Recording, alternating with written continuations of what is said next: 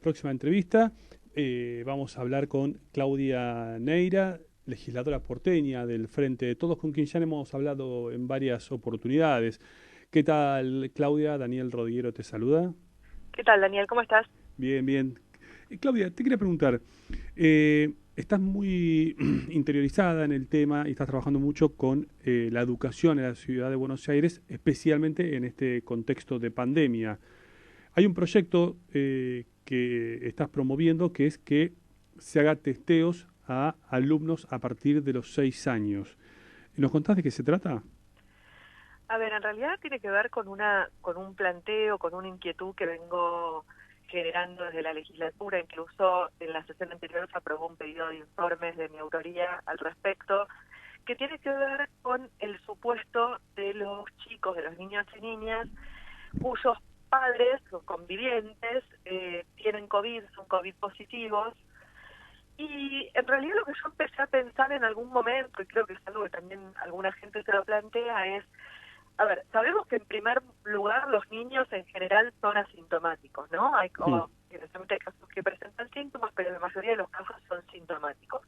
Por ende, cuando aparece en una casa un papá o una mamá con COVID positivo y hay niños, lo que sucede en general, incluso con los médicos, lo hemos visto en muchos casos seguramente cercanos todos, es que el médico le dice, bueno, ya está, que salís de la familia, y lo asumen al chico como positivo o como que va a seguir en ese núcleo familiar con el aislamiento conjunto de la familia, ¿no? Hmm. O por lo menos del papá o de la mamá que si dieron positivo. Lo que ocurre es que el protocolo que hay en Ciudad lo que dice, lo que adopta, es el mismo criterio que hay en relación con cualquier otra persona, que es que el contacto estrecho del contacto estrecho no se aísla, lo dice textual. ¿Qué quiere decir esto? Que si yo soy contacto estrecho de alguien y ese alguien es contacto de alguien que tiene COVID, entonces yo no me tengo que aislar. El que se tiene que aislar es el que efectivamente fue contacto estrecho, Sí. ¿sí? Pero en el caso de los chicos es una situación particular, porque en realidad vas a esperar que exprese un síntoma y no, porque en la mayoría de los casos es asintomático. Convive con un papá o una mamá que lo abraza, le da de comer, si es chico, le prueba la comida, comparte las cucharas, digo. Eh, en general es un contacto, yo diría, hiperestrecho, ¿sí?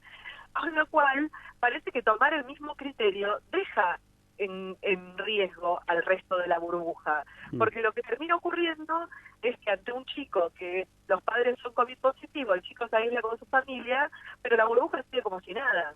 Cuando Ahora, es muy probable que ese chico efectivamente sea también COVID positivo y nadie se entere. Entonces, yo en primer lugar lo que dije es, para mí lo que hay que hacer es cambiar el protocolo y aislar a la burbuja.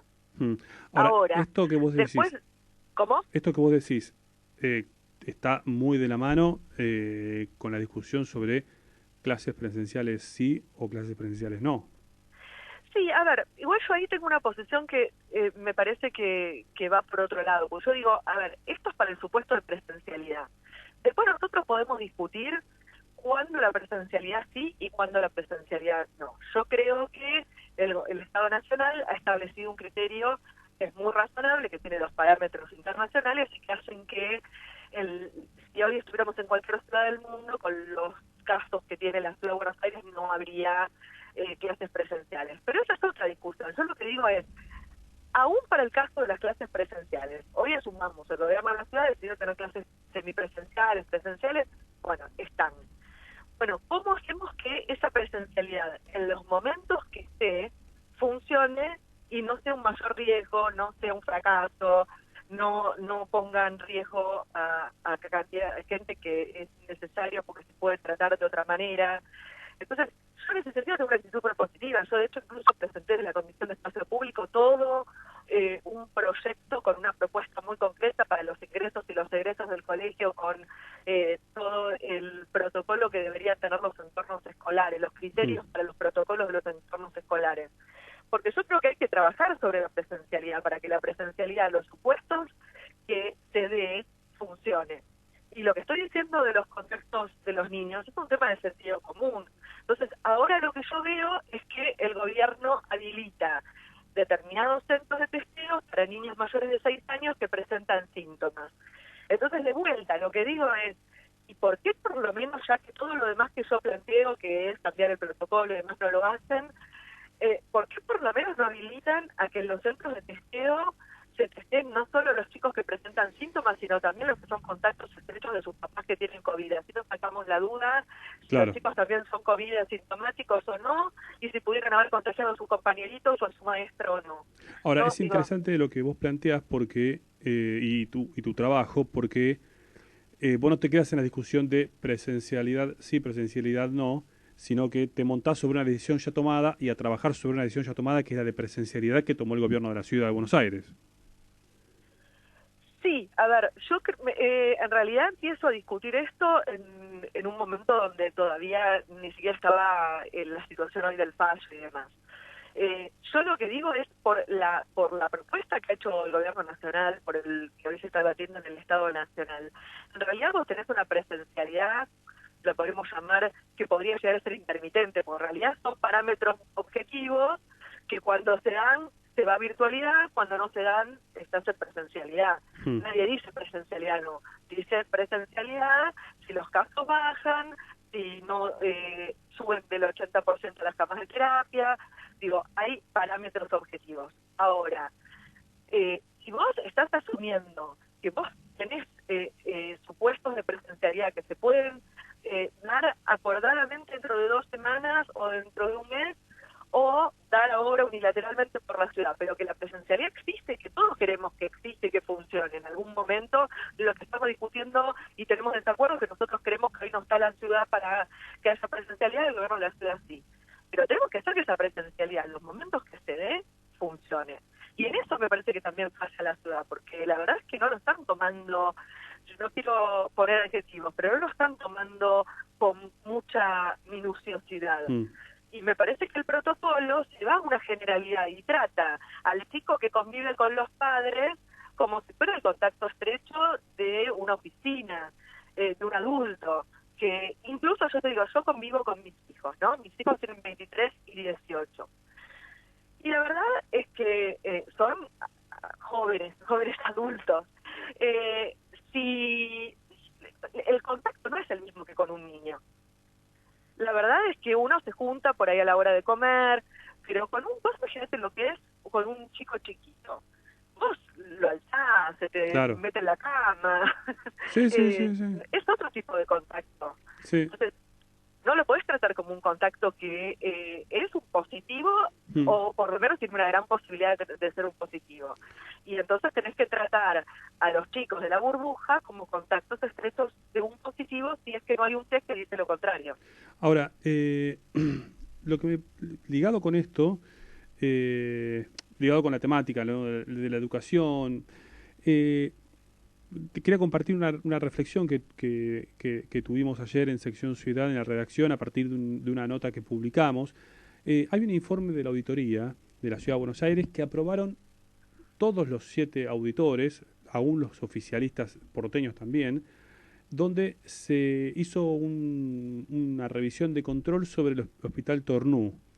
Y lo que dice la auditoría de la ciudad sobre el hospital, que queda en Parque Chas, es que la situación es alarmante, que es preocupante y es muy grave cómo está el Hospital Tornú. Hay pérdida de gas, plagas, se cae en mampostería, no hay matafuegos, los matafuegos están el 89% vencidos. Bueno, la situación es alarmante, como la dice el informe. O sea, prendieron luces de alarma. Entonces uno dice, como hablábamos hoy también acá en la radio, con Maxi en el noticiero, digo, cuando pasan las cosas, después empiezan a salir las noticias atrás de todo lo que se fue avisando y no se escuchó. Hoy se está escuchando esto. Y digo, no vaya a ser que mañana pase algo y digamos, viste que hubo informes y demás. ¿Por qué será que pasan los gobiernos y desde el Estado la salud y también un poco la educación no es prioridad? Mira, en el mismo sentido, Victoria Montenegro, compañera del bloque que está en la Comisión de Salud y viene recorriendo los hospitales, Sí. ayer presentó un proyecto que acompañamos pidiendo tomógrafos, que hay una cantidad importante de hospitales que no tienen tomógrafos, con la importancia que tiene un tomógrafo hoy incluso para el tratamiento del COVID. Y para poder detectar las situaciones de riesgo en la enfermedad. La verdad es que yo creo que, es como vos decís, me parece que hay una falta de prioridad en la ciudad, que vos fíjate, ¿no? Con esta discusión que muchas veces llega a lo que queda en evidencia son las prioridades de los gobiernos, que vos podés decir en los últimos tiempos, obviamente que la ciudad tiene, todo el país tiene algún nivel de complejidad mayor en las cuentas, pero no venía siendo así. Esta es una ciudad que ha hecho grandes obras, es una ciudad que ha invertido en arreglo de veredas sumas importantísimas de dinero, y nunca le llega el turno a los hospitales, a las escuelas, ¿no? Que hoy tampoco muchas veces tienen la infraestructura necesaria para afrontar esta pandemia en la situación de presencialidad, que ese también es el otro punto, ¿no? Si vos no tenés la infraestructura necesaria, tampoco es fácil sostener la presencialidad. Me parece que es un tema de prioridades, Daniel, y yo creo que ahí es donde nos tendríamos que poner todos de acuerdo en que hay algunas cuestiones que no pueden esperar, y que, bueno, que la salud, yo creo que lo demostró también el Macri en los 4 años de gobierno, donde quedó claro que no era una prioridad, y esto también fue muchas veces cuando se habla de la pandemia, de la cuarentena larga que hicimos el año pasado y demás, hay que tener en cuenta que la cuarentena del año pasado tuvo mucho que ver con tener que poner al sistema de salud, que estaba muy devastado y abandonado, en condiciones de afrontar una pandemia. Y esto no debería volver a pasar, y menos en una ciudad como la nuestra, que es una ciudad que tiene posibilidades, que tiene recursos, y me parece que hoy es una deuda. Te hago las últimas. Tenés otro proyecto que también es interesante sobre la gratuidad en los entierros. Hoy recordemos que es gratuito el entierro para personas que fallecen en hospitales públicos, pero vos lo planteás que también eso se extienda a las personas que viven en barrios vulnerables, ¿no? Mira, esto es algo que yo vengo planteando en realidad hace mucho, porque uno lo vive a diario, nosotros que trabajamos muy de cerca con barrios que tienen vulnerabilidades y que muchas veces la gente no tiene los recursos, que es una situación dramática, ¿no? Porque se muere alguien en un barrio y la primera situación es pensar cómo pagar el sepelio de esa persona. Sí. Entonces empieza la colecta entre los vecinos, empieza la desesperación por intentar que haya algún tipo de subsidio de parte del Estado, y se da una situación sumamente dramática, que es que en medio del dolor de un ser querido, de la muerte de un ser querido, hay que estar buscando desesperadamente el dinero para afrontar el sepelio. Sí. Que, Daniel, también le pasa a los sectores medios, ¿no? Donde es carísimo el sepelio, y que también es un drama adicional pensar cómo pagar un sepelio para una persona de clase media laburante que tiene que hacerlo. En ese sentido, lo que muchas veces no se sabe es que hay un servicio social en Chacarita al cual se puede asistir. Si la persona fallece en un hospital público, te garantizan un básico, ¿no?, del traslado y el entierro. Pero lo que nosotros detectamos es que eso no funciona si la persona fallece en la casa, por ejemplo, que puede fallecer en una casa recontra vulnerable, absolutamente vulnerable, pero se murió de un paro cardíaco en la noche, o de COVID, o de lo que sea, en tu casa no rige, y además el servicio social tiene muy poca gente trabajando, con lo cual tiene horarios muy acotados, que el trámite es muy engorroso, y en general lo que termina pasando es que la gente se endeuda, le pide plata al usurero del barrio para poder pagar el sepelio. Esto es realidad pura.